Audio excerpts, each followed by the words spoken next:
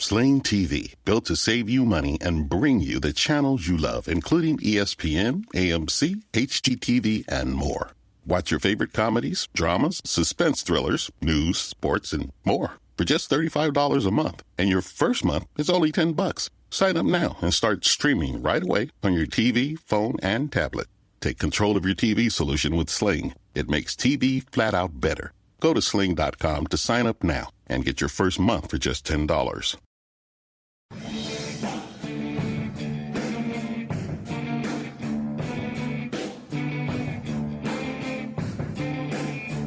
This is the Sports Map Radio Network. Presented by Rocket Mortgage. Home loans that fit your life. Rocket can. From the O'Reilly Auto Parts Studios, here's John Stashower. All right, Patrick Stevens writes about college sports, football and basketball for the Washington Post. He joins us here, Sports Map Radio. Patrick, we're going to hear from the committee again. Obviously, there's going to be some change with Oregon getting blown out last Saturday. What's your prediction on what they'll have as their top four? Well, what I can tell you about the prediction for this top four is that it doesn't mean anywhere near as much as what the prediction for two top fours from now is.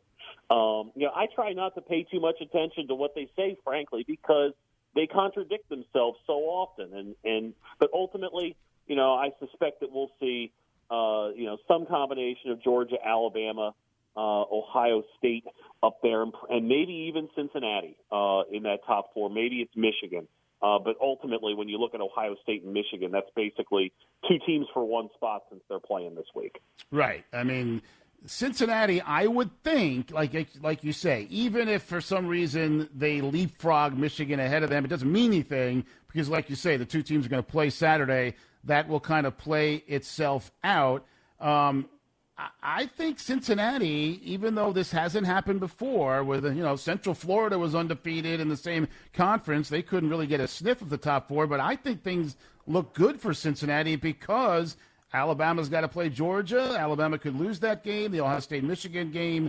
Do you agree that the chances are pretty decent that we are going to see Cincinnati in the playoff? I think it's looking that way. I do think the wild card scenario for Cincinnati that may not work out for them is you get an Alabama over Georgia in the SEC title game. You get either Ohio State or Michigan gets to 12-1, and then maybe Oklahoma State or Oklahoma at 12-1 possibly. One of them would have to win two pretty good games in the next 2 weeks to get to that point. So maybe that's a scenario that plays itself out. But I think to me, the victory at Notre Dame continues to be the thing that works in Cincinnati's favor. And when you look at what Notre Dame's been doing, granted, not against the strongest of schedules here down the stretch, but you look at this month, obliterated a struggling Navy team, obliterated Virginia, just absolutely destroyed Georgia Tech. And chances are good, if you're trying to pick a team in a power conference that appears to have packed it in, that's not Georgia Tech, you would probably pick Stanford at this point. And, of course, that's who Notre Dame plays this week.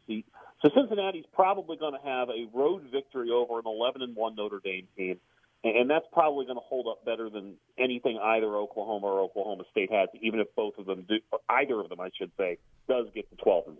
Well, yeah, and look, there's still a lot of things that could happen, including Cincinnati losing. Now, maybe not Friday against East Carolina, but Houston is a really good team, right? So yeah, there's no guarantees there. I will say that you had to be impressed with the way Cincinnati responded when faced with what everybody kind of thought was one of the top two or three teams in the American, and just absolutely pounded SMU this past weekend. And I would argue that headed to Greenville to play East Carolina, an improved East Carolina team, that's a really tough environment to go into. So I don't think that's necessarily a gimme, particularly on a shortened week, and especially coming off a sort of game where is Cincinnati realistically going to play as well as it did last week? Probably not. So I think there are two tricky games left, but if Cincinnati handles its business, you can certainly sit there and, at the very least, say that they've done everything possible under the sun to get the job done and get into that playoff. All right, a couple other scenarios. If Alabama, depending on what some other things happen, like maybe Cincinnati getting knocked off, if Alabama loses a close game to Georgia, could we see a 2-loss Alabama team in the playoff? I suppose it's possible, but you'd probably be going off a brand as much as anything else at that point. I mean, think about it. What really has Alabama done this year? They beat Mississippi. That's a good Mississippi team, 9-2, that they beat. But beyond that, what have they really done? They've beaten Mississippi State. That's solid, 7-4 Mississippi State team. They beat Tennessee and Miami. They beat a good Arkansas team at home by a touchdown. I don't know if this is as strong a resume as you would anticipate Alabama having at 11-2. And obviously, in the scenario you lay out, that's a close loss to a likely undefeated Georgia and a close loss on the road to Texas A&M. So it's not like there's anything bad, but we haven't seen a 2-loss team yet get picked. It would be a team that obviously didn't win its conference championship. I have a feeling that if we do see a 2-loss team in the 4-team era, however long that lasts, that it'll probably be a conference champion.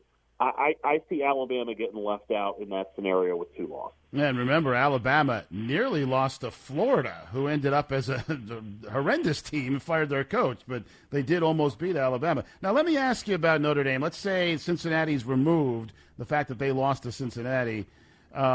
If they're considering Notre Dame, in the back of these people's minds, I know it's Notre Dame and you want Notre Dame in a playoff, but they've been so bad when they've gotten their chances, even going back to the old BCS 1 versus 2. Does that hurt Notre Dame's chances? I don't think it does. I think that Cincinnati game is really the big impediment for them because you're certainly not going to put them in ahead of Cincinnati. But even if both teams have 1 loss, I mean, it's not like Notre Dame is running around with a ton of victories that you're looking at, a ton of accomplishments that you think, gosh, these guys were fabulous this season. I mean, they just didn't have a particularly great schedule. I mean, you could argue that the victory over Purdue is one of the best things that they've done this season. So I think that for Notre Dame, I mean, I think they basically need the 2 Big 12 teams to kind of cannibalize each other. They probably need Alabama to lose.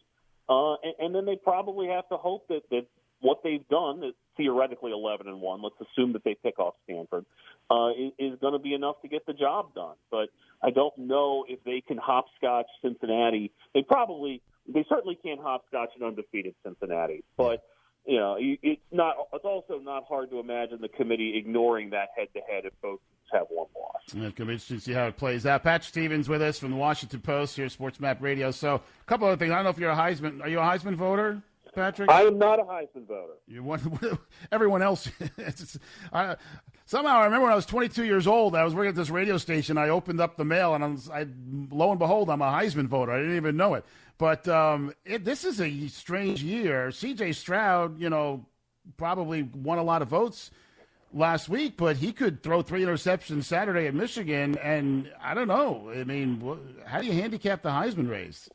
Well, I think there's obviously a lot of guys sitting around right now that have a chance to have marquee games over the next 2 weeks. I think Bryce Young, with the numbers that he has at Alabama, probably, I would say, has the inside track. And if he can have a big game against Georgia, and if the Crimson Tide wins that SEC title game, it's hard to beat those marquee quarterbacks on top 5 teams. I mean, that's sort of how the award has largely trended over the last 20 years or so. You mentioned C.J. Stroud. He's kind of in the same boat. I think he improved his chances.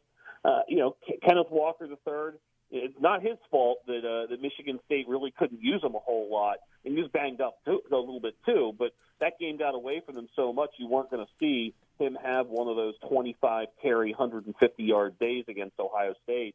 I think Will Anderson, the linebacker/edge rusher for Alabama, is kind of the sneaky variable in all of this. I mean, I think if we're sitting here saying if there's ever going to be a year where you're going to pick another, primarily defensive player, another Charles Woodson, this might be the year for it. I mean, this is not somebody that has isn't getting much credit for special teams or anything here either.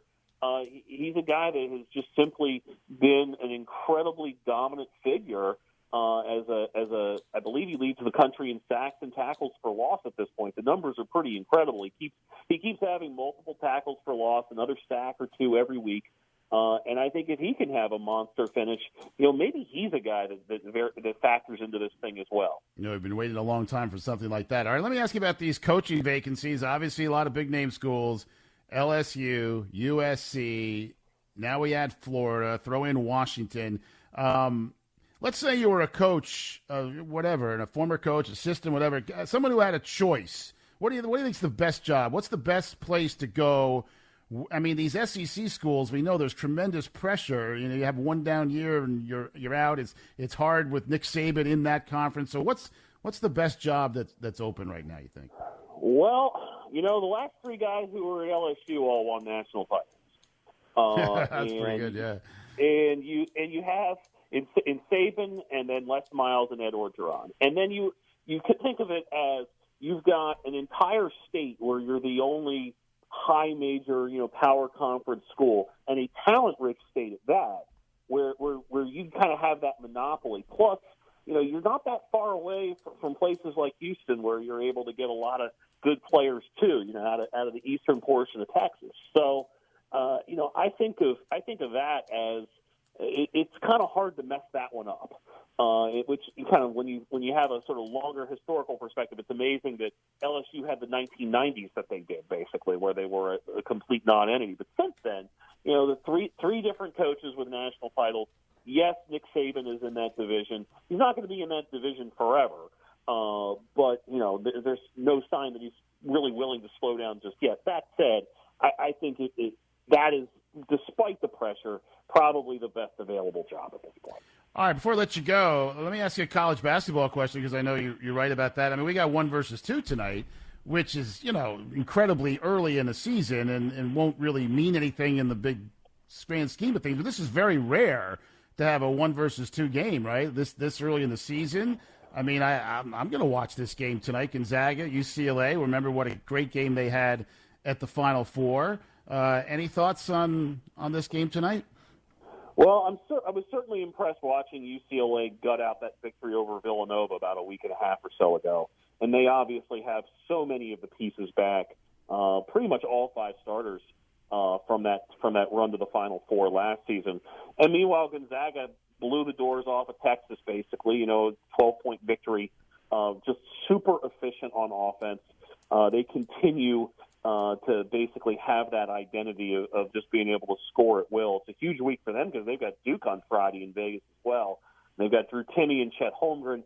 I think that has a chance to be another fabulous game between those two teams.